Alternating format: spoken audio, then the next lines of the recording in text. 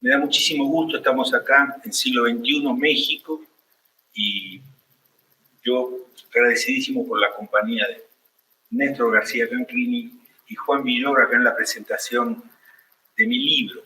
Entonces, para iniciar muy brevemente, a mí me gustaría decir por qué Juan y por qué Néstor, por qué quería que estuvieran. Juan, habrás visto que en el libro yo cito mucho y me baso mucho en estos dos ensayos autobiográficos de Todorov, El hombre desplazado, y no sé si sea muy duro empezar así, porque recién estábamos en una plática de lo más agradable y relajada, y cuando a uno le dicen 5, 4, 3, 2, 1, está hablando a más personas. Pero bueno, ustedes como público tienen más práctica que nosotros, así que comprenden. Entonces te decía que Todorov, en esta mezcla de haber nacido en Bulgaria, trasladarse a Francia, dar clases en Estados Unidos, escribe toda su experiencia en El hombre desplazado, ¿no? Y Edward Said, palestino nacido en la Jerusalén palestina, pero después se va a Egipto y sigue la carrera académica en Estados Unidos, pero siempre estudiando con maestros ingleses o norteamericanos, está siempre como en estos terrenos de mirada desplazada constantemente, ¿no? Y en el caso de ellos, con una escritura muy aguda, muy severa y muy austera al mismo tiempo. Y en tu caso, Juan, hijo de padre catalán, mamá yucateca, pero por esas cosas educado en colegio alemán, me acuerdo siempre, creo que fue en la Feria del Libro de Nueva León, que diste la plática de que nadie de la familia te podía ayudar en las tareas porque nadie sabía alemán. Me pareció encantador. Por supuesto, eso que cuentas en efectos personales, lo de iguanas y dinosaurios, ¿no? América Latina como utopía del atraso. Y das un cierre, y acá termino, das un cierre a ese escrito con algo que para mí es un manifiesto. Y es la razón por la que quise que... Porque en el cierre de ese escrito tú dices, no fue una enseñanza modelo, cito, no fue una enseñanza modelo, pero me dejó la certeza de que la única patria verdadera se asume sin posar para la mirada ajena. Y eso me desarmó. O sea, es maravilloso porque Edward Said, también cito, dice, mi sensación dominante era que siempre estaba fuera del lugar. Y entonces lo que admiro mucho en tu escritura es que escribís con una autoridad de goce, incluso, ¿no? Y por eso, pero sobre todo por esta definición de cuál es nuestra patria con tantos desplazamientos. Por eso te invité, Juan. Néstor, en tu caso, lo primero y más obvio, y que tome la idea de la palabra híbrida, no quiere decir que seas responsable de nada, pero tú hablas del concepto de hibridez entre culturas, y lo que a mí me sirvió esa imagen para trasladarla en el tiempo individual de una vida. Es decir, así como ninguna cultura es pura, en ninguna edad las personas somos puramente este hombre de 60 años, este niño de 12 años. Cuando eres un niño de 12 años aspiras a tener los 15 que te permitirán hacer no sé qué cosa, y cuando tienes 80 eres el resumen de lo vivido. En fin, siempre somos un híbrido de tiempo, ¿no? Pero sobre todo, y con esto ya les doy la palabra, porque cuando te leí, Juan, yo descubrí que era un antropólogo amateur. Amateur, por supuesto, porque mi trabajo de campo lo hacía con un grupo humano que no tenía pasado. Los niños tienen más futuro que pasado y no tienen una tradición todavía creada, tienen la tradición, sí, de los otros. De los otros, exactamente. Y entonces que mi trabajo como maestro primero y como cantante luego, doy fe de que estoy por terminar, es crearles esa tradición. O sea, así tú como antropólogo, un antropólogo ahí estudia en el campo las costumbres costumbres, lo que sea la lengua, yo tenía que ir a crear eso, pero para que los represente a ellos, no para que me represente a mí. Y entonces ver mi trabajo como, llámalo un antropólogo fuera de academia, me dio una mirada que me conmovió y me dio profundo respeto, nada más. Adelante. La idea de vampiro tiene un poco que ver con eso.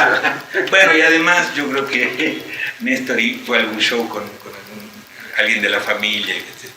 Eso me dio autoridad.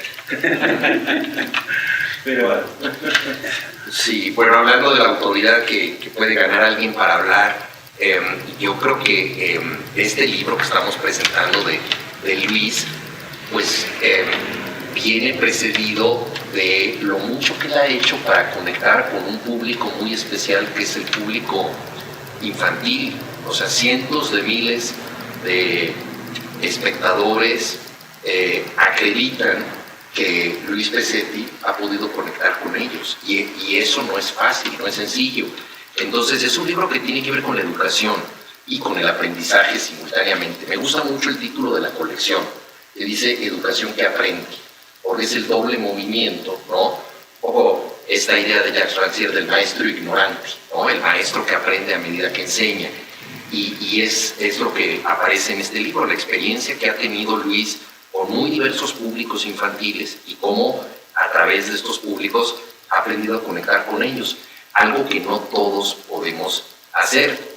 Yo siempre me acuerdo, quizá por ser hijo de un filósofo, en lo que hizo el célebre Rousseau. Era un hombre cultísimo, pero que le costaba mucho trabajo aplicar la filosofía a su propia vida. Él tuvo 5 hijos y a los 5 hijos los mandó a un orfanato porque no podía educar a ninguno de ellos. Y después de eso escribió El Emilio, que es uno de los mejores libros sobre la educación. Entonces era buenísimo para la teoría, pésimo para la práctica. Y en el caso de Luis tenemos a alguien que ha ejercido la práctica de conectar con los demás y ahora nos presenta sus reflexiones, ¿no? En esto de cómo era ser pequeño, y casi un subtítulo o el complemento de la frase explicado a los grandes, que me parece importantísimo, porque los grandes han sido pequeños, pero como dice Saint-Exupéry en la dedicatoria del Principito, la mayoría lo ha olvidado. Él ahí le dedica a su mejor amigo el libro, le dice, pero no se lo dedico al que es ahora, sino al que era de niño, porque él lo recuerda todavía, ¿no? Entonces recuperar la infancia es un ejercicio personal, yo creo que muy importante, y que es una invitación de todo el arte que ha hecho Luis y de las reflexiones que están en este libro, ¿no?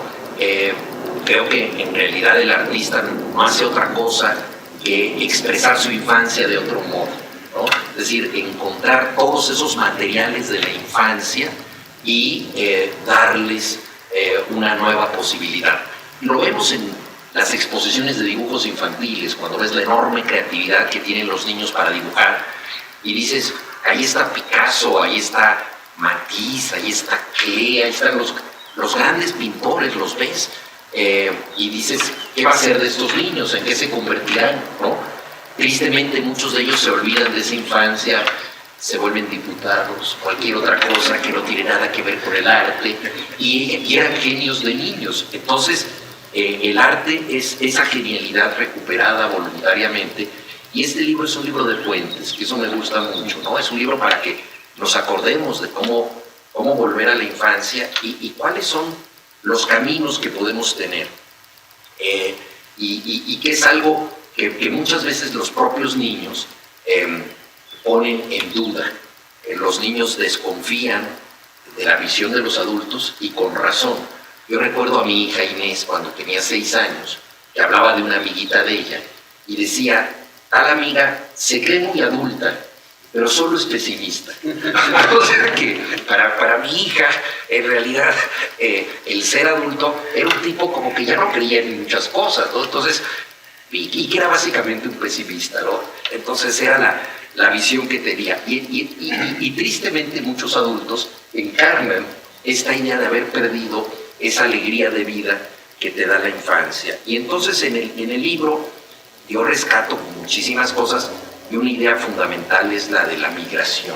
Estamos en una época de desplazamientos, de migraciones, y solemos pensar que los desplazados son gentes que se van en el espacio de un lugar a otro.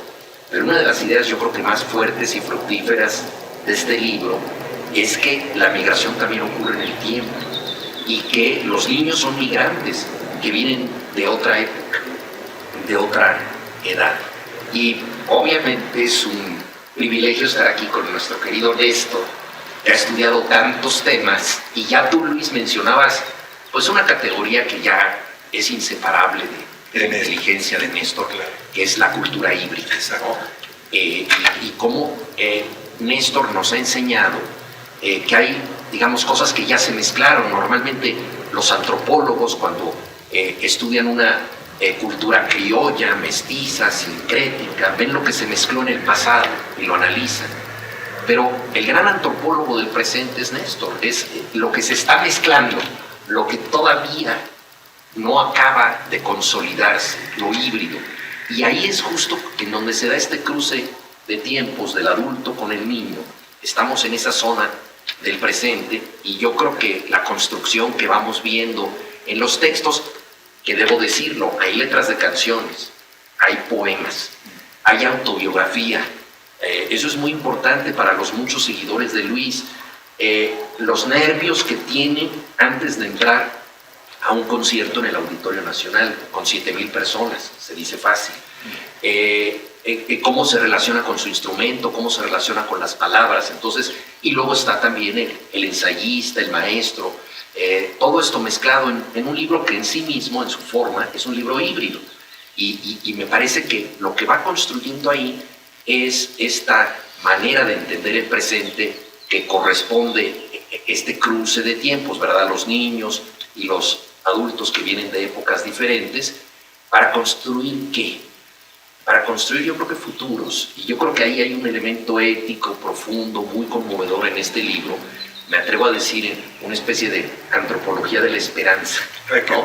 De pensar hacia el futuro, cómo podemos nosotros estar autorizados a decir, hay un futuro para ellos y hay un futuro para nosotros, con ellos, porque también es un libro de complicidades. Una cosa que Luis, yo creo que ha aprendido muy bien, y de pronto nos lo dice aquí a partir de sus nervios, de sus temores, muchas veces para enfrentar al público la necesidad de conectar con los demás. O sea, el no hacer un arte en aislamiento, sino un arte pensado para los otros. Por eso nos lleva al momento en que va a una radiodifusora y propone un programa de radio para niños que no existía en la radio mexicana, y la radiodifusora dice, perfecto, qué bueno que viene usted porque vamos a cerrar la radiodifusora, estamos a punto de fracasar y usted es el candidato ideal para hacer el último programa que vamos a hacer. Acepta esta invitación un poco apocalíptica, Luis, se lanza y el programa gusta y puede pasar a otra estación. Entonces esta construcción de públicos también me parece muy interesante, que es uno de los temas que ha estudiado Néstor de manera brillante. O sea, cómo no hay arte sin públicos y cómo los públicos deciden muchas veces el destino del arte. Entonces creo que ahí hay una conexión muy importante, y el libro está pensado para eso, está pensado para la otra, para el otro, es decir, para conectar, para entender que la cultura es comunicación, y que en esta intersección de distintas épocas, niños, adultos, que hablan lenguajes diferentes, en estos desplazamientos podemos encontrar zonas en común. Ya lo decías tú, yo me formé en el colegio alemán, afortunadamente eso solo duró 9 años, pero todas las materias las solo lo fundamental. Todas las materias en alemán, en una época en que el alemán era el idioma de los villanos de la Segunda Guerra Mundial y nada más, no había posibilidad de utilizarlo, y mi lengua era ahí una lengua minorizada. El español era la lengua del recreo, la lengua para jugar con los amigos, y quizá esa lengua minorizada me gustó tanto y después decidí escribir en ella, precisamente porque era la lengua de la libertad que estaba suprimida en el colegio.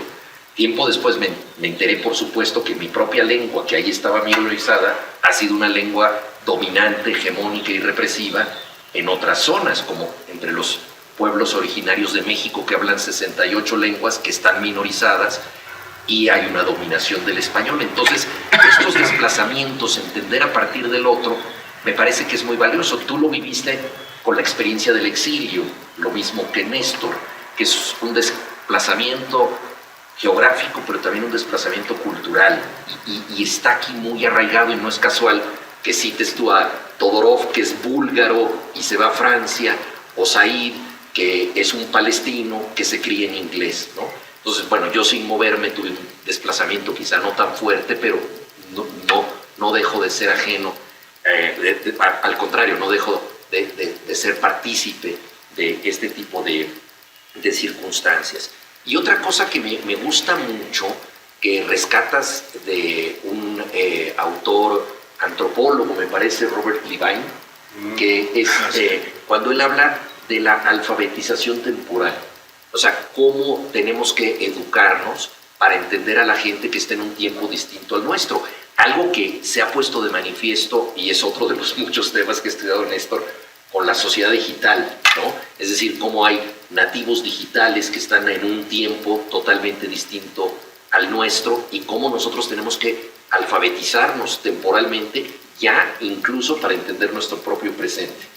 Un presente que no está dominado por nosotros, sino por los que son nativos de este tiempo. Juan, si me permites, Sí. ejemplifico muy brevemente lo de Levine porque es muy lindo, y yo lo he vivido en México. Hay culturas en las que queda bien poner primero el motivo y luego hablar de lo general. Hay culturas en las que queda bien hablar primero de lo general y luego poner el motivo. Es decir, tú eres un maleducado. Por ejemplo, yo le voy a pedir dinero a Juan. En algunas culturas quedaría muy bien que yo le diga: Juan, necesito pedirte dinero. Resolvemos el tema y luego, ¿cómo está tu hija? ¿Cómo está la familia? Etcétera, etcétera, etcétera. Y eso es la alfabetización en esa. Pero en otras culturas, eso sería brusco, maleducado, tosco. Entonces, lo que corresponde en otras culturas es: Juan, ¿y cómo está tu familia? Y bla, bla, bla, bla, bla, y la hija, y esto, y el trabajo. Y luego, pues fíjate que necesitaba pedirte dinero. Pero en otras culturas eso es: mira, nada más me estaba dando un rodeo para ir a... Perdón, te interrumpí. No, al contrario, yo no quisiera abusar de la palabra. Me No. gustaría escuchar a Néstor y luego volver a intervenir, porque traje un pequeño regalo, que son voces de niños, que son alfabetizaciones hechas por los niños, que creo que corresponden muy bien a tu libro. Para mí una de las claves de la atracción del libro es este hallazgo de poner a los niños como migrantes, los que llegan a una sociedad que ya está hecha, cuya lengua no logran hablar, la empiezan a hablar muy mal, a veces llegan a hablarla más o menos bien según cómo les vaya con el nivel educativo, y que están incapacitados para muchas cosas, ¿no? Entonces tienen que amoldarse a una sociedad que ellos no pueden modificar. Son migrantes, tienen casi todas las características de los migrantes. Y esto te permite hablar de los migrantes, hablar de todo lo que es extranjero, extranjerizante en nuestro mundo, que quiere decir desconocimiento de los otros, malentenderlos, quedarnos conformes con que los malentendimos, y de ahí podemos pasar al odio, la discriminación, la homofobia, la xenofobia. Entonces el libro se abre a muchos paisajes, no solo territoriales, porque hay muchas experiencias de México, muchas de Argentina, muchas hechas en las capitales, en el Auditorio Nacional, en lugares centrales de Argentina, en grandes centros culturales, pero en pueblitos alejadísimos de la capital, en Cuba, no solo en La Habana, sino en otras partes, querer trabajar en teatros importantes y que te manden con el programa Alas y Raíces de la Secretaría de Cultura a casitas, a barriales donde descubrís que hay otras experiencias que valen la pena y que te nutrieron. Eso me parece muy visible en el libro. No solo te sirvieron para conseguir trabajo, subsistencia, sino aprender algo que no lo ibas a aprender en el Auditorio Nacional. Ahora te quería preguntar algo un poco a contramano de ese razonamiento que es riquísimo y que abre 1000 perspectivas. Digo algo más sobre esto que muchas veces los editores nos preguntan, bueno, ¿y a quiénes va dirigido este libro? Claro. Claramente a los maestros, a los padres, a los tíos, aunque no tengan hijos porque tienen sobrinos, a los propios niños. Yo creo que un niño puede leer este libro, sobre todo si tiene ya 12, 14 años, va a entender, yo creo que el 90%, y va a disfrutar mucho porque hay una cantidad de experiencias, de anécdotas que son las mismas que todos tenemos de un lado o del otro, de la migración. Pero hay algo que a mí me está sonando distinto en la actual situación de ser migrante y que en parte aludió Juan a esto cuando hablaba de los nativos digitales. Hoy en muchísimas situaciones los niños son los ciudadanos y nosotros somos los extranjeros, los adultos que llegamos a un mundo, o que nos formamos en un mundo donde no existía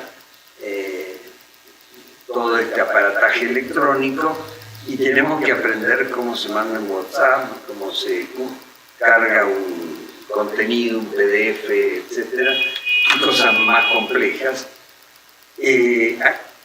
Ocurrió en México y en otros países en principio de la pandemia que gente que nunca había llenado un formulario para poder inscribirse, para vacunarse, tuvo que llenar formularios a los 70 años o a los 50 a veces, y llamaba al hijo, al nieto de 12 años que le explicaba cómo se hacía o se lo hacía directamente y le mostraba para que en la próxima pudiera. Entonces, sigue siendo vigente esta idea de que los adultos consideramos a los niños migrantes que llegan a un mundo que no entienden, donde empiezan a hablar con dificultad, tienen que adaptarse a reglas que no eligieron, los ciudadanos los que eligen, o se supone que podrían elegir, somos los adultos. Pero ahora vivimos con la innovación tecnológica digital un mundo en donde para llenar un formulario como los que tuvimos que hacer para inscribirnos y que nos vacunaran, somos los adultos que tenemos que pedirles ayuda a los hijos, a los nietos, para que podamos recibir una atención básica.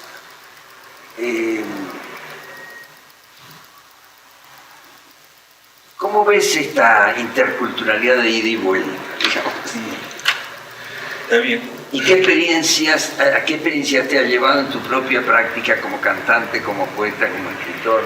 Bueno, a ver,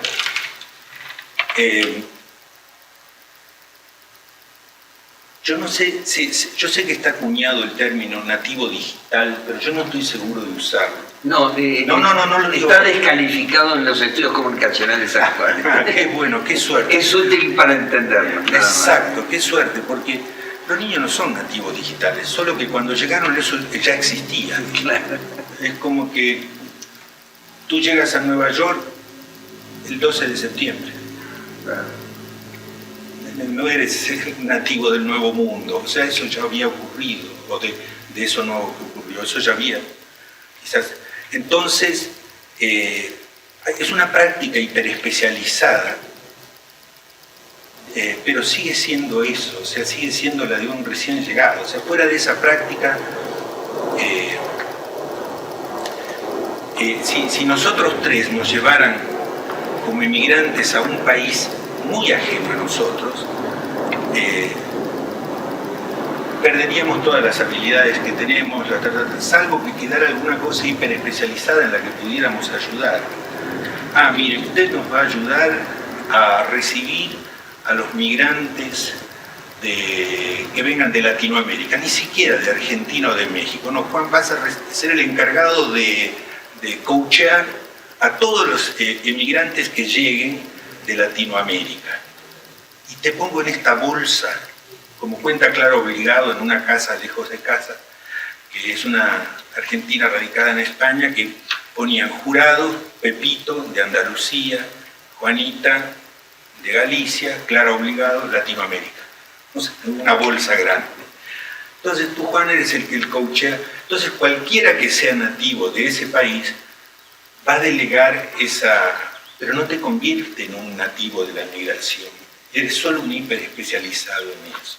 Eso lo veo. Así. Y respondiendo a la segunda parte de tu pregunta, lo que cambió con las redes, la digitalización y todo eso, son varias cosas. Primero, que los niños empezaron a ser productores de contenidos y de manera horizontal, prescindiendo de los adultos.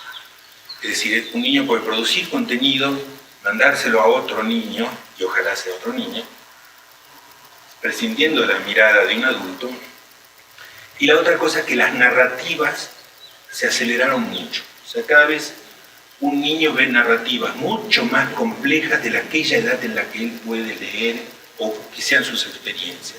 Cualquier niño de 6 años ve una serie sobre niños de 12 años con complejidad. Entonces todas sus experiencias de narrativa lo superan a lo que él es como lector o como niño. Entonces, ¿qué pasa? Yo recibo eso en el teatro y tengo que ir lidiando con los temas que siguen siendo universales. Es decir, me gusta, me rechaza, cómo hago acercarme, no quiero que me buleen, etcétera, etcétera. Esos temas siguen siendo universales.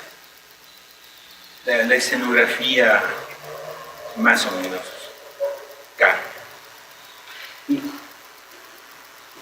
algo que me parece que todavía hemos pensado poco, incluso en la literatura comunicacional, es cuando toman decisiones los niños. Porque hay chicos de 10, 12 años que tienen un sitio de Instagram para conectarse, para chatear con los amigos de su edad. Y otro chat de Instagram para los adultos. Y uno no puede entrar en el otro. Entonces ellos están organizando las edades y las interacciones entre las edades en la sociedad. Esto no quita que las corporaciones electrónicas, que YouTube, Google, etcétera, organicen mucho más que ellos. Son los grandes amos. Pero algo pasa ahí que es importantísimo lo que decís de la capacidad de producir, que ha bajado de edad, no se necesita llegar a tener un título universitario para producir cultura, sino la capacidad de administrar esa comunicación. Pero ahí, y quiero que responda Juan, ¿no? Pero, Juan, hay una frase en México que es buenísima, que ningún coronel general soporta un cañonazo de 50 millones, era... $50,000. Sí. O 50,000 pesos. 50,000 pesos en tiempos del general Obregón. Bueno, esa frase me pareció maravillosamente, ¿no? ¿Quién fue el general Obregón? Dijo que ningún general soporta un cañonazo de 50,000 pesos. Entonces tú me dices, un niño es muy hábil comunicándose digitalmente. Yo te digo, sí, no, más o menos. Porque ningún niño soporta un cañonazo de 100 likes. A eso nos rendimos todos. Entonces, si tú ves los youtubers, es casi tan homogeneizado en la producción y en la dinámica como una televisión pública más viejita. Porque están buscando likes. Perdón, yo no quiero hablar tanto. No, yo quería traer a colación algunas frases de niños y también pensar un poco en la importancia que podemos darle justamente al más pequeño de nosotros, ¿no? En una novela que yo escribí, yo quería que un grupo de personas que han sobrevivido una catástrofe, de pronto integraran una especie de familia accidental. O sea, han sobrevivido juntos, pero realmente son una comunidad, realmente son una familia, y de pronto a uno de ellos se les ocurre decir, hay un avión a la distancia, y dicen, a ver quién llega primero. Y todos corren, y ya sabemos que si verdaderamente es una familia, si verdaderamente es una comunidad, el que va a llegar primero es el más pequeño. Es el más pequeño porque le van a dejar que llegue primero, lo cual es quizá una manera un poco paternalista, ¿no?, de respetar el papel de la infancia, pero también simbólicamente, es decir, el más importante de nosotros es el más chico. Y eso me parece muy interesante, cómo una verdadera comunidad se integra cuando gana el más pequeño. Eso pensado por los adultos, pero ahora quería pasar a lo que piensan los niños. Entonces yo dije, ¿qué le puedo regalar a Luis? Bueno, pues las palabras de los niños que lo han escuchado, de niños que lo han seguido y que reflexionan por su cuenta y hacen definiciones maravillosamente filosóficas del lenguaje. Hay un maestro en Colombia, en Medellín para más señas, Javier Naranjo, que se dio a la tarea de pedirle a sus alumnos que te han escuchado que definieran palabras. Entonces yo escogí 10 definiciones como un regalo que habla justamente de este camino de ida y vuelta, de lo que nosotros podemos aprender a partir de estos migrantes en el tiempo que nos traen valores diferentes, porque redefinen las palabras que usamos, agregando algo que es cierto y que no siempre vemos ahí. Entonces, definiciones para Luis Pesetti. La primera se la manda Natalia Bueno. Dice, ¿cómo se define iglesia? Dice, donde uno va a perdonar a Dios. Maravilloso. Luego, María José García, ¿cómo define maestro? Es una persona que no se cansa de copiar. Luis Fernando Ocampo, una definición que no podía faltar en Colombia, por desgracia tampoco en México, que es la de mafioso, ¿no? Es una persona con mucha plata y no le gusta nada. O sea, tiene mucho dinero, pero está frustrado. Luego, la definición de mamá que nos manda Camilo Gómez. Mi mamá me cuida mucho, me quiere mucho, me da la comida cuando yo no quiero. Luego, la definición de mente está muy epistemológica, de Juan Camilo Osorio, que dice, cosa que uno piensa a través de uno mismo. Wow. La mente, cosa que uno piensa a través de uno mismo. Y luego pasamos, no podía faltar en este mundo, dinero. Entonces ahí escogí 2 definiciones de dinero. Una de Pepino Nates que dice, es el fruto del trabajo, pero hay casos especiales sobre dinero. Y luego Andrés Felipe López dice, soy pobre por el dinero. Y la palabra cariño, que esta es una definición casi psicoanalítica que nos da Valentina Nates, amarrar a las personas, ese es cariño. Y luego Luisa María Alarcón, ¿qué significa niño? Responsable de la tarea. Y por último no podía faltar la definición de poeta, especialmente dedicada a Luis Pesetti, que la manda Gloria Celia Guzmán, que dice, y que me parece precioso y tiene que ver con todo lo que estamos hablando de desplazamientos y migraciones, poeta, dice, es un país que no existe en la vida. Sí, qué bonito, ¿no? Qué bueno, muchas gracias. Esto viene de Medellín. Entonces. De Medellín, Colombia. Y tú eres conocido del Sí, maestro. El maestro se llama Javier Naranjo y esto está recopilado en un lindo libro que se llama Casa de las Estrellas. Ah, bellísimo. Oye, nos hacen unas preguntas. Llegan, supongo que esto se estará viendo también en México, Colombia, Argentina, Perú, Costa Rica. ¿Qué le dirían a la gente que ve cómo la pandemia coartó la infancia? Son casi algunas... Bueno, para Néstor, ¿qué piensa sobre...? Yo las leo todas y después elegimos. ¿Qué piensa sobre la noción de infancia actual en comparación con la de otros tiempos? ¿La concibe más plena o qué limitantes observas en ella? ¿Qué opinan de los nativos digitales que ya no quieren leer libros? ¿Creen que con el mundo digital se ha perdido el hábito de la lectura en los niños? O sea, Este era uno de los miedos míos con este libro, que quedara como un manual de crianza. Que es un poco lo que te pasaba a ti cuando estabas en Alemania y te pedían que fueras mexicano, Juan. O sea, entonces Juan hablaba normalmente con todos sus estudios universitarios y lo miraban y decían, pero eso no es mexicano. Entonces él inventaba nada más, ponía el marco oblicuo de lo que fuera. Decían, qué interesante, exacto. Entonces, pero bueno, estas son las preguntas en torno a... Pero todas rondan sobre todo en torno a lo digital, la noción de infancia, y si nos hacen favor de decir a veces de dónde son,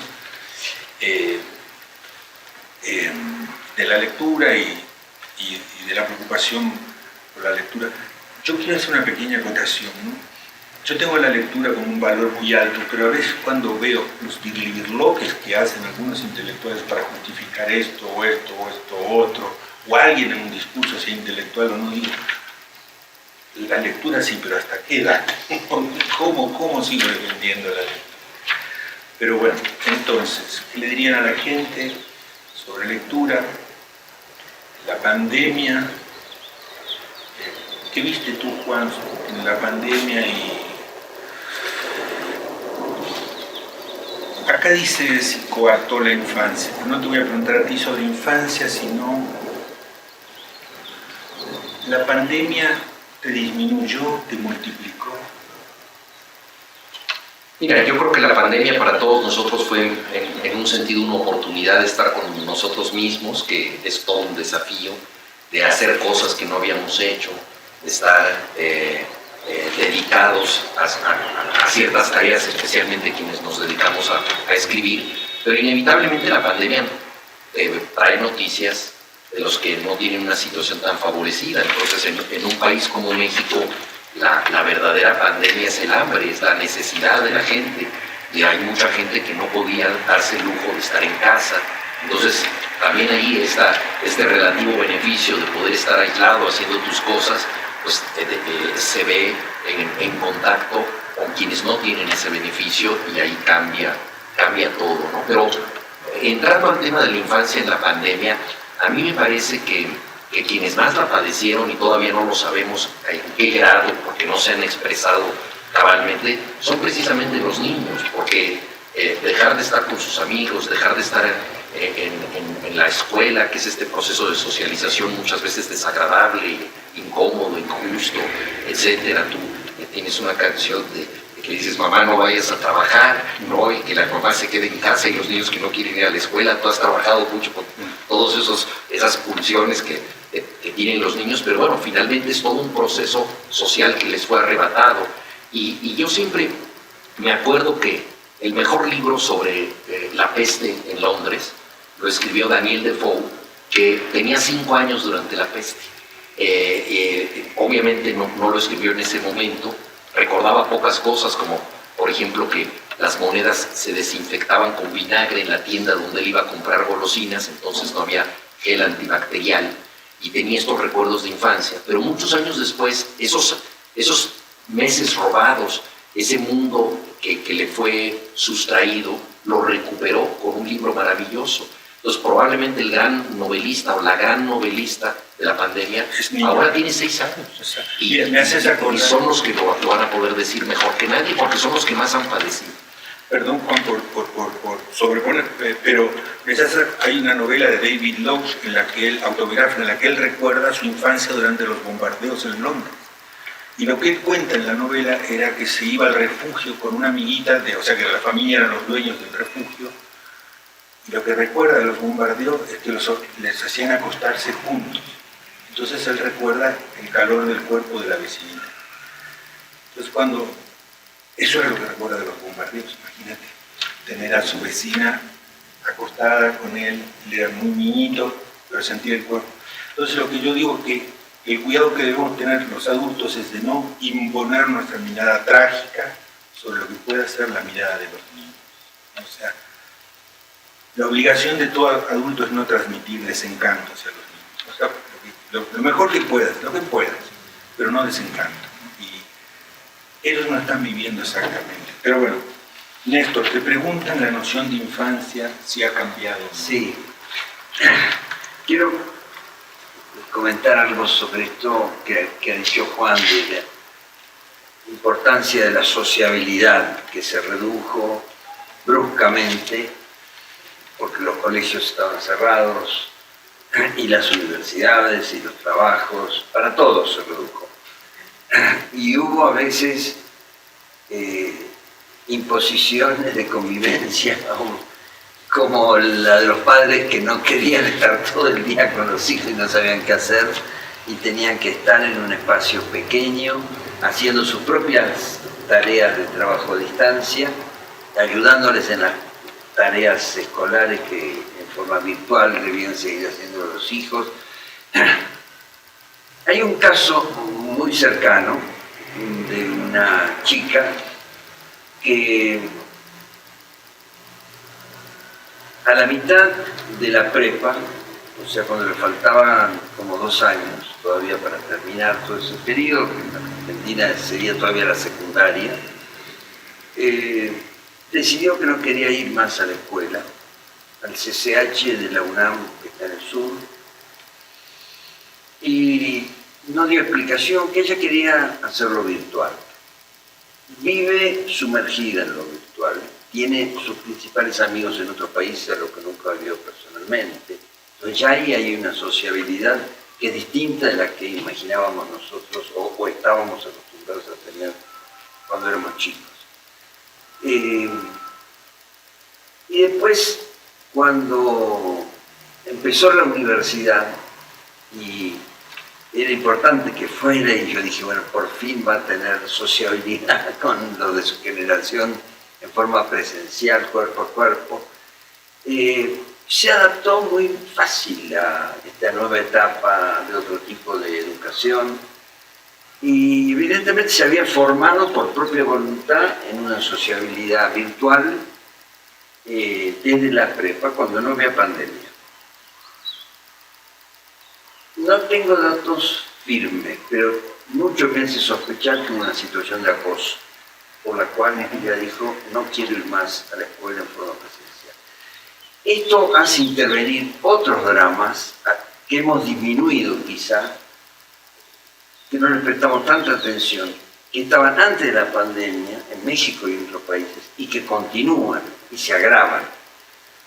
Y por lo cual también la sociabilidad se acorta o desaparece, el jugar en la calle, el poder ir a las tiendas cercanas solos, salir con los amigos, a un adolescente ya más grandes, todo eso tiene enormes peligros. Vivimos en una sociedad de constantes riesgos y la pandemia fue una hipertrofia, pero todavía no acaba la pandemia, porque yo creo que no estamos en la etapa post-COVID, sino post-vacunas, y ya tenemos una guerra que puede llegar hasta nosotros. Nos va a llegar de alguna manera, aunque no sea con bombas, sí con cambios perjudiciales en el precio de los alimentos, de la gasolina, de otros recursos básicos. Entonces, vivimos en una inestabilidad que es el mundo que le estamos ofreciendo a los niños, el mundo que estamos obligados a vivir nosotros y que nos minoriza, nos coloca en una situación de desprotección casi infantil, porque es muy poco lo que podemos reaccionar. Pero pasemos ahora a las otras preguntas. Pero permíteme, quiero decir algo. A mí me acaban de invitar ahora a un foro sobre consumo cultural en Uruguay. Y me preguntan mucho sobre pantallas, ahora que vuelvo al 2 de abril, ¿no? Y yo les decía exactamente eso. Mira, constantemente me preguntan sobre cómo manejar, por qué las pantallas, muchas pantallas, el peligro de la pantalla. Y digo, mira, la pantalla no es el problema. El problema es que la vereda, la acera, o como se diga en México, la banqueta, exacto, la banqueta, se volvió inaccesible. El problema no es la pantalla. O sea, banqueta mata pantalla seguro, vereda mata pantalla seguro. O por lo menos un largo rato. Un largo rato, o sea, pero segurísimo. Entonces, en Medellín precisamente supieron hacer, ¿te acuerdas del teleférico? Sí. De zonas que eran de muy delicado tránsito, digámoslo así, por decirlo. Y en los pilares del teleférico los pusieron con muchos cuidados y actividades culturales y cosas así. Y los hicieron lugares de los que la comunidad se apropió. O sea, lograron hacer comunitario un espacio que antes no lo era de la misma manera. Vale decir que como familias, como intendencias, como alcaldías, puedes hacer actividades y son hoy urgentemente necesarias. Sí. Mira, se hizo en Gijón, perdón por estar hablando tanto, pero se hizo en Gijón un estudio, hace varios años salió en El País, sobre por qué había tanto alcoholismo en los jóvenes. ¿Y sabes qué descubrieron? Que los jóvenes a partir de tal hora no tenían dónde ir. Tan sencillo. Entonces empezaron a abrir bibliotecas de noche, clubes y bajó el alcoholismo. Entonces, ganar el espacio público, devolver el espacio público, y me callo. Y en Medellín, ese viaje desde el cerro muy alto hasta la ciudad, hasta el valle, llevaba 2 horas. Lo convirtieron, gracias al teleférico, en un viaje de 20 minutos. Si estás 2 horas en un transporte, lo que haces es estar con el celular, cliqueando, viendo con qué te comunicas, qué noticias, se ven películas enteras. Y que la ciudad te tiene marginada. Está bien. Entonces no hay tiempo, hay tiempo robado que podríamos ocuparlo en la vida pública con los otros, interactuando, no con los desconocidos que me acompañan en el teleférico, o en el tren, o en el pecero, en el autobús. Y esto tiene que ver mucho con la pregunta sobre la lectura, porque esta preocupación que aparece en muchos lugares, ahora se lee menos, los niños leen menos. Posiblemente lean menos en papel. No lo sabemos bien, porque las 2 encuestas que se hicieron en México en 2006 y 2012 sobre la lectura, solo preguntaban cuántos diarios, cuántas revistas leían por mes, cuántos cómics, todo en papel. Y los chicos ya en 2006 comenzaron a existir las redes sociales, leían y escribían mucho en las pantallas. No era que hubieran dejado de leer, leen de otra manera. Las preguntas que faltaban en esas encuestas era preguntarles cómo están leyendo, dónde están leyendo, no si leen tantas horas al día. Entonces la encuesta dio que 2.9 libros al año era el promedio de los mexicanos. ¿Qué quiere decir 2.9? ¿Qué está registrando de la lectura? Quizá esto no es muy simpático que lo digamos en una editorial que quiere vender más libros y cuando estamos promoviendo un libro. Pero es lo que sucede y lo que tenemos que preguntar es cómo están leyendo, actuando, divirtiéndose, porque seguro que lo están haciendo. Y por otra parte hay casos muy exitosos de convivencia, claro, de la industria editorial con el también mundo digital, ¿no? También. Japón, Corea del Sur, etc. Sí, sí. ¿En qué estás pensando, Juan? No, estoy pensando en que, por ejemplo, los tirajes de los periódicos japoneses en papel, el Daily Yomiuri, este tipo de periódicos, son tirajes de millones de ejemplares. Hablaste como si yo lo conociera y no lo conozco. Bueno, no, tienen realmente una industria editorial muy fuerte que quizá la industria editorial no es la dominante. Seguramente lo que se ve en internet, en computación, etcétera, es mayor. En buena medida también cultura de la letra, pero transmitida por internet, o en este caso cultura de los ideogramas y de los kanjis, pero realmente es muy significativo el peso que todavía tiene el libro. Y en Corea del Sur hay un caso notable.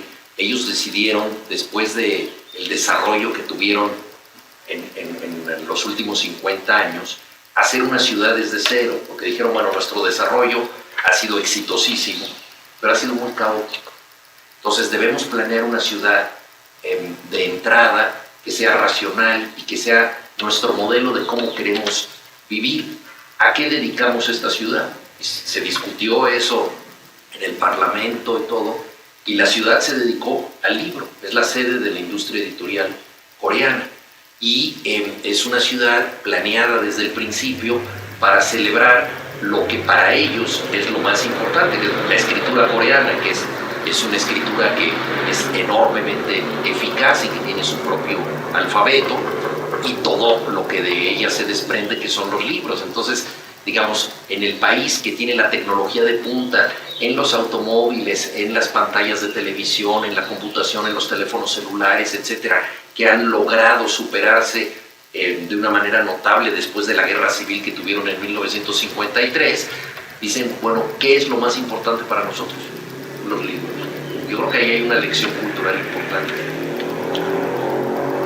A ver, Juan Néstor, por una parte me avisan que se nos cumple la hora y llegan unas preguntas que yo preferiría devolver, o sea, interpretar y devolverlas y no los obliga a responderlas, pero sí de alguna manera, como insiste en la digitalización y si todo se va a digitalizar y qué va a pasar con nosotros y todo así.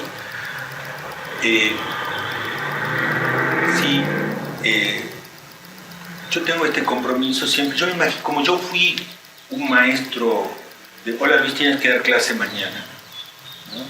Entonces siempre pienso, y no los obliga a responder a lo mismo, pienso en el maestro que mañana, esta tarde, tiene que dar una clase. ¿Cómo lo puedo ayudar? ¿No? Entonces, si Juan, si Néstor, con toda la experiencia que ustedes tienen en campo y en libro y la propia de tantos desplazamientos, y con esa frase tuya, Juan, la de no posar para una mirada ajena, ¿qué palabras tendrías para un niño inmigrado, desplazado, para un niño chapaneco que no se siente dueño de su propia identidad en su propia tierra? Y no digo Chiapas por meterte en Chiapas, digo Chiapas podría decir lo mismo un niño chaqueño en el Chaco, en Argentina, o cuando alguien ¿qué te llega un niño, un docente, una familia así? ¿Cómo les podrías infundir o dedicar unas palabras? Y la misma pregunta va para ti, Néstor, y con toda confianza puedes decir, tenía pensado cerrar con otra cosa. Bueno, yo creo que muchas veces la educación se nos presenta como algo que se impone, ¿no? Y que puede ser muy valioso. Es como si te dieran una capa de Superman, ¿no? Y con esto vas a tener superpoderes porque vas a hacer muchas cosas y que te imponen. Yo creo que la mejor educación es la que te enseña a valorizar lo que ya eres. Y eso tiene que ver con la autenticidad y tiene que ver con el bagaje con el que todo mundo llega. O sea, ese niño chapaneco que tú decías, yo creo que el buen maestro debe despertar el orgullo por lo que él ya es y cómo él, siendo de esa manera, puede aprender por cuenta propia lo que dice el maestro. Entonces yo creo que valorar lo que tú eres, Repítelo porque está buenísimo. Sí, yo creo que es muy importante que en la educación nosotros tengamos un orgullo de lo que somos, el orgullo de lo que ya tenemos, y que muchas veces por complejos, por inseguridades o por prejuicios de todo tipo no nos atrevemos a ver. Si nosotros aprendemos lo valiosos que somos, podremos conquistar muchas más cosas y asimilar también lo que nos están dando los maestros, pero siempre pensándolo por nosotros mismos. O sea, lo más importante del proceso educativo es que el alumno entienda lo importante que es él, ¿no? Y yo creo que ese es el gran regalo que nos han dado los grandes maestros. Estuve 2 veces en San Cristóbal, hace muchos años. Una vez viendo cómo era el trabajo de unos alumnos que yo tenía en los años 80 en la Escuela de Antropología, que estaban haciendo trabajo de campo a 1 hora y media de San Cristóbal, y ahí aprendí muchísimo. Después estuve otra vez y me quedé solo en San Cristóbal y percibí que era uno de los lugares más distintos del México que yo había conocido. Ya a esa altura había viajado mucho, había hecho trabajo de campo en Michoacán, en Oaxaca.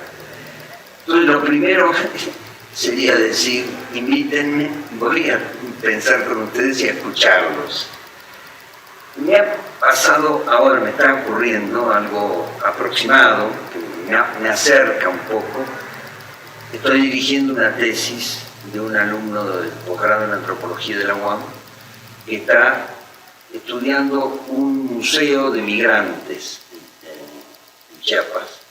Él mismo es originario de Tijuana, o sea que conoce muy bien las migraciones, está sorprendidísimo y me cuenta historias que me muestran una Chiapas, un San Cristóbal muy distinto del que yo conocí y del que había oído hablar.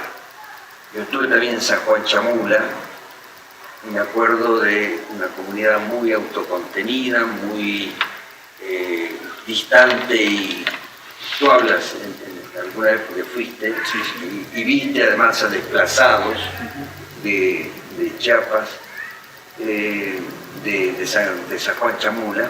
Tenía una entidad, una identidad muy potente, y ahora me cuenta que Chiapas,